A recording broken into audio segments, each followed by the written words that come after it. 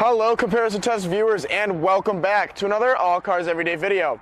I'm standing here with the brand new 2020 Toyota Highlander because you guys have been asking to see this comparison for so long. So today it's taking on the Telluride Palisade and the brand new Explorer. This is the 2020 Kia Telluride, and currently it is undefeated in my comparison test videos, so let's see if it stacks up well against the Highlander. Here is the 2020 Ford Explorer, and it's already been in 2 comparison tests in my channel, so I'm curious to see how it does against the 2020 Highlander. Finally, here is the 2020 Hyundai Palisade, which is also brand new for the 2020 model year.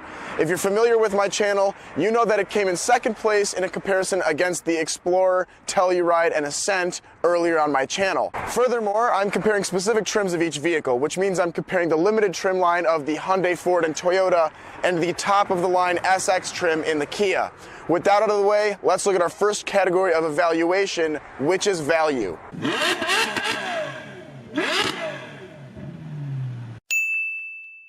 The 2020 Toyota Highlander Limited all-wheel drive has an MSRP of $45,600, which is least expensive in the test by a margin. On the outside of the car, there are LED headlights, taillights, fog lights, and daytime running lights standard. There are also 20-inch chrome wheels, a hands-free power liftgate with custom height adjustment, and side view mirrors that are heated and tilt down when the driver engages reverse. The mirrors also project a puddle light onto the ground that displays the Highlander nameplate as the owner walks up to the SUV. Of course, it knows when the owner is approaching because it has a standard smart key that allows the owner to walk right into and out of the car without ever touching the fob to lock or unlock the car. Finally, the backup camera has its own washer, lest the elements get the best of the lens. If you enter the 2020 Highlander, you'll find leather on the heated steering wheel and first 2 rows of seats. The driver's seat has a memory function included, and both front seats are heated and ventilated as well. The front chairs are also power adjustable. 10 ways for the driver with power lumbar and 4 ways for the passenger. Let's check out the technology in the new Highlander. The gauge cluster retains 2 analog gauges for the speedometer and tachometer, but the LCD screen for the driver information center grows to 7 inches from its smaller design last year. The head unit also gets a pretty big upgrade over last year, growing to 8 inches. On it, there is Apple CarPlay, Android Auto, and Amazon Alexa. It's also got a 4G LTE Wi-Fi plan and Sirius XM, both of which are on a subscription basis. The limited trim also has navigation and voice-activated controls for the infotainment system. That's not to be confused with Easy Speak, which is a system that amplifies the front occupants' voices to the third row for easier hearing. That's also not to be confused with a speakeasy, by the way. If you use the Bluetooth or any of the other countless ways to connect your phone to a modern car, you can play music through the Highlander Limited's JBL audio system that has 11 speakers, including both a sub and amplifier. Those of you who know the channel well know that I don't claim to be a great judge of premium audio systems because they all just sound good to me. Regardless, know that the Highlander has a good one. Finally, let's take a look at the Highlander's convenience features. Up front, there is a HomeLink universal transceiver, push-button start, a wireless phone charger, an auto-dimming rearview mirror, and a power sunroof. Both passengers benefit from the Tri-Zone automatic climate control and sunshades for the windows in the second row. There's also remote access to the Highlander available through an app on the owner's smart devices that allows them to start, lock, and unlock the vehicle while they're away from it. There are lots of places to plug in devices in the Highlander, which include 4 USB ports and 2 12-volt outlets, as well as 1 traditional 120-volt house outlet. Toyota historically doesn't offer a mind-boggling amount of features for the money. Instead, you pay for the reliability of the brand in a car that's on par with the segment in terms of technology and features. Not that there's anything against that, but if your value proposition relies on that, like I do for the sake of comparison purposes, then the Toyota is neither a star nor a laggard. It's getting a 3.4 out of 5 for the value category. The 2020 Ford Explorer Limited 4-wheel drive can be driven off the lot for $50,130, which is the most expensive vehicle in the test. The Limited is also the second least expensive trim in the Explorer lineup, and Ford's pricing for the vehicle tends to be more premium than the other 3 rows in this segment. Let's see if it offers a comparably increased number of features for that money. The lights on the Explorer are LED all around, including the fog lights. Besides chrome trim pieces like dual exhaust tips and bumper inserts, the exterior of the vehicle also has big 20-inch aluminum wheels and roof rails. Since Ford invented the hands-free liftgate, the Limited has it included. Finally, the front of the vehicle has power folding mirrors and rain-sensing wipers. Moving on to the interior of the car, the Ford has Tri-Zone climate control and an air filtration system for cabin inhabitants. The rear view mirror is auto-dimming, and the Ford has an intelligent key with push-button start, like the Highlander. The Explorer also has My Key, which allows each fob fob to be configured differently than the others so parents retain control over teen drivers. Speaking of the key, the Explorer can also be started as you're walking up to it with remote start. The steering column is a power tilt and telescoping unit, and the rear view camera has its own washer. The interior has 3 12-volt power outlets, one in the front row, one in the middle, and one in the cargo hold. Before we move on to the seats and infotainment system, there's a universal garage door opener in this car, as well as the capability to start and lock or unlock the Ford from an app on your smart device. The seats are all leather with micro perforation and contrasting stitching. The front 2 rows of seats are heated, and the second row of seats are captain's chairs like in the front, just like the Highlander. The third row is power folding for easy access to additional trunk space. The audio system is a great 980-watt Bang & Olufsen unit, and there is a navigation system that supports voice-activated controls. The navigation and infotainment system run through an 8-inch unit in the center console, where you can access Sirius XM and the 4G LTE hotspot for passengers. The Limited Explorer has a gauge cluster set up like the Highlander 2, with a 7-inch LCD screen flanked by 2 analog gauges. The Explorer's value proposition changes drastically depending on its competition, I've noticed. Against Chrysler and Toyota products, it seems like a good value. However, I think that the Explorer in general beyond the base model is just an adequate value. Of course, it's $4,000 and change more expensive than the Toyota, but it's also got power folding mirrors, rain sensing wipers, a power steering column, a power third row, and a heated second row, among other features. Surely those are worth the extra cost of the Explorer from a features for price standpoint. But the problem with this is that it's just against the new Highlander. We haven't gotten to the Koreans yet. It's going to get the same 3.4 out of 5 for the value segment that the Toyota did. Next, let's look at the 2020 Hyundai Palisade Limited, which starts at $46,625 with the addition of the $1,700 H-Track all-wheel drive option. Exterior features on this SUV include 20-inch wheels like the other two, and also like those vehicles, all exterior and interior lighting are LED. The exterior mirrors are heated and the windshield wipers sense rain. There are roof rails, and the Palisade has a dual-panel sunroof, something the former two didn't have at this price point. The suspension in the Hyundai Auto levels, and the rear hatch is hands-free with an auto-open feature. Entering the Hyundai is similar to the other vehicles with its smart key and push-button start. On the interior, premium Nappa leather abounds, and the seats in the front are powered 8 ways with an additional 4 ways lumbar adjustment for the driver. That seat also has a seat extension cushion as well as a memory function for different drivers. The front and second row seats are heated and ventilated, and the second row has captain's chairs instead of bench seating, which are power foldable. The third row folds 60/40, but is also power folding for ease of access. The Hyundai is further loaded with HD radio on its 10.25-inch screen on the dash that houses the nav unit. Both Android Auto and Apple CarPlay are standard features on the 2020 Palisade, and there's an intercom that carries the front passengers' voices to the rear seats, like the Toyota. The 630-watt Harman Kardon audio system doesn't quite match the sheer force of the Fords, but is fantastic nonetheless. In all rows of seating, the Palisade has USB ports sprinkled throughout for passengers to charge, but the Limited trim also adds a wireless charging pad for those with phones capable of doing so. More advanced technology in the Hyundai includes a head-up display that's projected onto the bottom of the windshield so the driver doesn't have to take their eyes off the road, and a surround view monitor that gives the driver a bird's eye view of the Palisade surroundings when backing or parking. The rear view mirror also has auto link, and like the previous two cars, dims when provoked by harsh lights. Speaking of lights, the interior lighting comes in 64 different colors. The steering wheel provides haptic feedback in all Palisade trims and is heated in the Limited trim. The top of the line Hyundai also gets a beautiful 12.3-inch fully digital instrument cluster. Hyundai Blue Link tracks vehicle performance and allows drivers to start, warm, and lock their Palisade from an app on their smartphone or tablet for 3 years. If you have a keen eye, you'll see that the Ford had power folding mirrors and a powered steering column on the Hyundai. But otherwise, the Hyundai had the dual panel sunroof, power folding second row that was both heated and ventilated, the biggest infotainment screen, a head-up display, and digital gauge cluster, among other items. It's also coming in over $3,000 less than the Ford for starting MSRP. The Toyota is $1,000 cheaper, but is dwarfed in terms of features for spending that extra $1,000. That's why it's getting a 4.8 out of 5 for value. The Kia Telluride SX is mechanically nearly identical to the Palisade, as they are corporate cousins. The pricing strategy of the two models is slightly different, I think to reflect general brand attitudes. The Hyundai is more expensive at every trim level than the Kia, but it offers a comparative amount of features for the money. Last time I pit the Kia against the other 3 rows, people had their underwear in a bunch over the fact that I didn't option the Kia out to the price level of the other SUVs. So for this comparison, I added the Prestige package to try and align the price. Combined with all-wheel drive, which is a $2,000 option, the Kia tops out at $46,090. For that price, the exterior of the car is fitted with heated, power folding mirrors, rain-sensing wipers, LED headlights, daytime running lights and fog lights, chrome dual exhaust tips, and 20-inch rims on 245 series tires. The The smart liftgate will open if you stand behind the Telluride's rear hatch with the key in your pocket. Naturally, it's powered. Let's move on to the interior, where the main feature is the Telluride's dual sunroofs that the Palisade also gets. In addition, the interior also gets the 10.25-inch touchscreen that supports Apple CarPlay and Android Auto, as well as Kia's Yuvo infotainment system. The Koreans must have a contract with Harman Kardon, as the audio system is similar to the Palisade's, but comes with 2 less speakers. The Telluride SX also has wireless phone charging, Bluetooth, a smart key with push-button start, wood grain and stainless steel accents, the same 64 interior lighting colors, and the auto-dimming rearview mirror. The seats and steering wheel are Napa leather, the higher quality of which was brought about by the Prestige package. Both the captain's chairs and second row are heated and ventilated. Speaking of seating, the driver's seat is 12-way power adjustable, and the passenger has 8 ways of power adjustability as well. The Kia also has the head-up display, but forgoes the large digital gauge cluster for a more conventional 7-inch TFT display. Finally, the PA system made it out of the corporate parts bin and into the Kia, as did the bird's eye view parking camera. The Kia is getting a 4.6 for value because the Palisade offers a fully digital gauge cluster for only $600 more, which from an option standpoint is worth more than that dollar amount.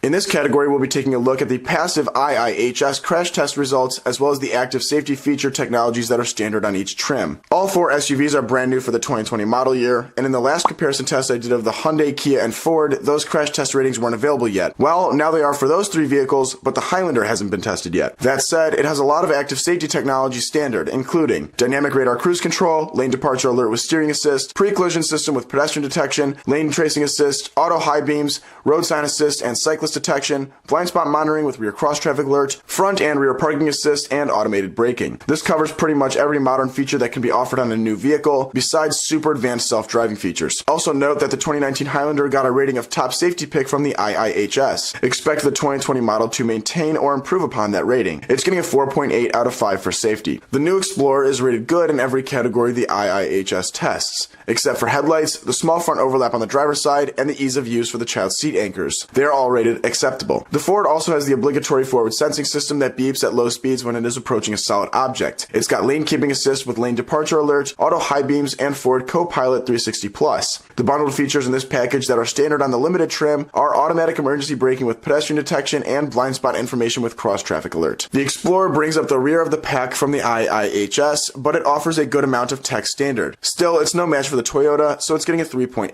The Hyundai is a top safety pick from the IIHS, with good ratings everywhere except the headlights, which range from marginal to good, and the ease of use for the child seat anchors, which were acceptable. The Palisade has blind spot collision avoidance assist, rear cross traffic assist, the parking distance warnings that the others have, forward collision avoidance with pedestrian detection, lane keeping assist, a driver attention warning, safe exit assist, and highway drive assist, which is like the Toyota's dynamic radar cruise control. Furthermore, it has ultrasonic sensors in the rear seat to detect movement to try and stop the driver from accidentally leaving children in the back seat, and automatic high beams. In comparison, the Kia has identical features, save for the rear seat feature that we just talked about. The Telluride is also a top safety pick from the IIHS. It's the same story here with acceptable child seat anchor ease of use and poor to acceptable headlight ratings. Interestingly, the top safety pick badge must rely on the driver's side frontal overlap rating on the Ford, because it actually does better or matches the Kia in every other category, yet wasn't chosen as a top safety pick. The Hyundai is getting a 4.6 only because the Toyota has more advancement in the AI recognition category. The Kia gets a 4.5, lacking the child sensors of the Hyundai. The Highlander comes with a carryover 3.5-liter V6 with 295 horsepower and 263 pound-feet of torque. The engine has been modernized with an automatic stop-start system and routes power through an 8-speed automatic and dynamic torque vectoring all-wheel drive. It's also got multiple terrain settings for the throttle response and all-wheel drive. 0 to 60 takes about 7.2 seconds in this guise. Though an adequate powertrain for this class, it's nothing special. It's getting a 3.7 for powertrain and performance. The Explorer comes with a 2.3-liter EcoBoost inline 4-cylinder that's turbocharged to 300 horsepower and 310 pound-feet of torque. This is routed through a newer 10-speed automatic transmission to Ford's intelligent 4-wheel drive system, which is good for a 6.8-second 0 to 60 run. This 4-wheel drive typically routes power through the front wheels, but under stress or slippage, it can route power to either the rear wheels or remaining wheels with traction to get owners out of a bind. The Explorer is the only of the four to be based on a traditionally rear-wheel drive platform, which aids it off-road as well. It's also the only of the four to have a genuine 4-wheel drive system, as opposed to the more generic all-wheel drive system of the others. The Ford Ford is getting a 4.9 for having lots of power, better equipment, and being speedy. The Palisade and Telluride have the same 3.8-liter Lambda V6, making 291 horsepower and 262 pound-feet of twist. Both also have similar 8-speed automatic transmissions routing power to an all-wheel drive system like the Toyota. They also have a lock for the all-wheel drive system and a snow mode, as well as the traditional modes found in a lot of cars today like Eco, Sport, Comfort, etc. 0 to 60 for both models falls in the 7.2 second range, also tying the Highlander. With that in mind, they're matching the Toyota score of 3.7.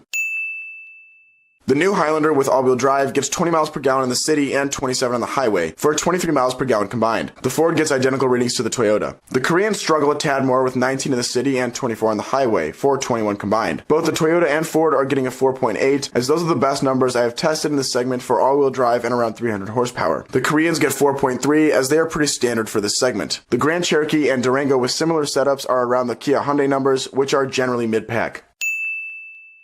I get this statistic from Consumer Reports magazine, which uses historical data of each model to predict a rating for new car reliability. They rate each car on a scale from much worse than average to much better than average. 3 of the 4 are rated average, which is the Koreans and the Ford. The Highlander gets rated better than average reliability. I assign a half point to each step up or down in these ratings, which means the Toyota gets a 4.5 and the other 3 get a 4. I use this category to wrap up the loose ends that need to find their way into the comparison, like seating and cargo volume, as well as warranties. The Highlander seats 7 with those second row captain's chairs, but 8 passenger seating with the second row bench is available. There is a total of 139.1 cubic feet of space for passengers. The Highlander felt much tighter inside, especially in the third row. As for cargo, there is 16 cubic feet behind the third row, 48.4 behind the second row with the third row folded, and a maximum of 84.3 with all rows down. It can tow 5,000 pounds and carry 1,485 pounds on the platform. Finally, there's a 3-year, 36,000 mile general warranty and a 5-year, 60,000 mile powertrain warranty. The Ford has 3 rows as well, but fits 6 people. 7 passenger seating is available. The rear row folds in a 50-50 split as opposed to the 60-40 in the Toyota. It can tow 5,300 pounds and has 18.2 cubic feet of space behind the third row. That expands to 47.9 with the third row down and 87.8 with the second down. Total space for passengers is 152.7 cubic feet, and like the Hyundai Kia twins, I thought it felt much roomier than the Toyota. The numbers tell the same story. In the Palisade, there is a similar 155.3 cubic feet for passengers. 18 cubes are found behind the third row, which expands to 45.8 behind the second and 86.4 behind the first.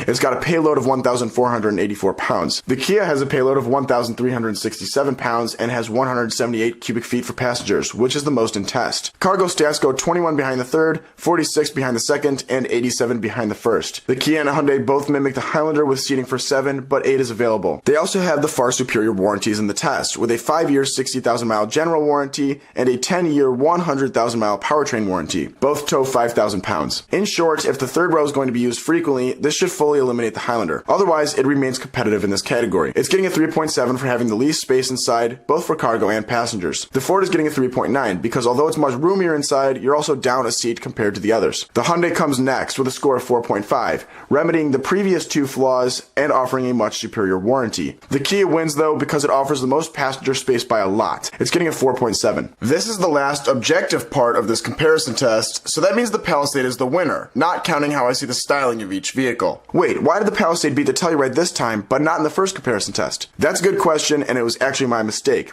The spec sheet for the Telluride is abnormal in that it lists all features on the SX model in one spot as if they were standard. So in the first comparison test, I included the Prestige package features by accident without including the Prestige package price in the MSRP. That falsely inflated its value score well beyond what it should have been. Furthermore, this comparison was at a higher price point than the first test regardless because of the addition of all-wheel drive, which means the Ford fared much better than previously. Now, if you want, you can stick around for a light design analysis of each model from my point of view.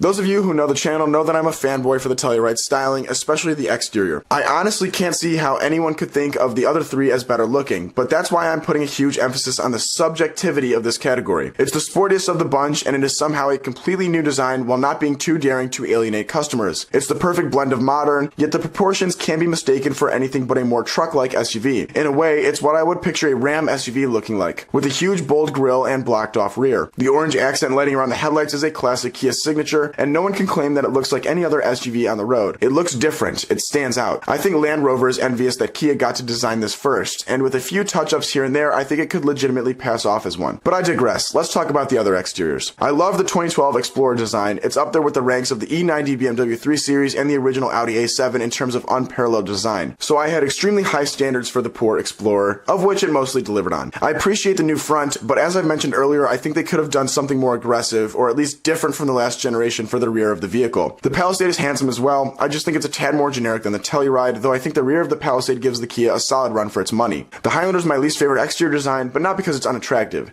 It's just a safer design than the others. I do prefer it to the old model for sure, especially the headlights. It looks like a baby Lexus, the way it's got more sweeping lines than anything else. Which is weird, because that contrasts with the current RAV4 and CHR, which are more angular designs. I would like to see more consistency in the future. On the inside, the Ford and Palisade take the cake, with the Palisade edging out ahead slightly. Check out the infotainment screen integration in the dash and the Palisade. That's got to be the benchmark for the segment. It looks European inside, especially if you're familiar with BMW. The Ford takes a different approach. It's clean and more modern than the others, and it's got its own unique styling that can't be traced to a carbon copy from another brand, like the Koreans did. The Telluride steering wheel is a sore spot for me, and though I like the dash and transmission tunnel design, I think the screen of the infotainment system could use work. The Highlander has a very functional and durable looking design, but ultimately it's just boring. Not very different than last year either, beyond the new screen. The Kia is getting a 4.8 for styling because of the gorgeous exterior and par interior. The Palisade is getting a 4.6 for the decent exterior and great interior. The Ford is getting a 4.5 for the bold interior, and the Toyota gets a 4, largely taken down by its interior. If styling is no big deal to you, this shouldn't matter much. Here are the final ratings for each model, with styling included. The Kia and Palisade swapped positions, but their spread is literally a tenth of a point, which amounts to almost nothing. That said, the spread between all 4 models before the styling was only 1 point. They're all really phenomenal models that outshine the rest of the class. I have no problem recommending any of these options, and purchasing one really comes down to personal preference. The Toyota gives you that bulletproof point A to point B transportation that so many people love. The Telluride gives you a good value and sexy styling. The Ford gives you a much superior powertrain, and the Palisade is a general jack of all trades. If you enjoyed, feel free to leave a like. Otherwise, thanks for watching.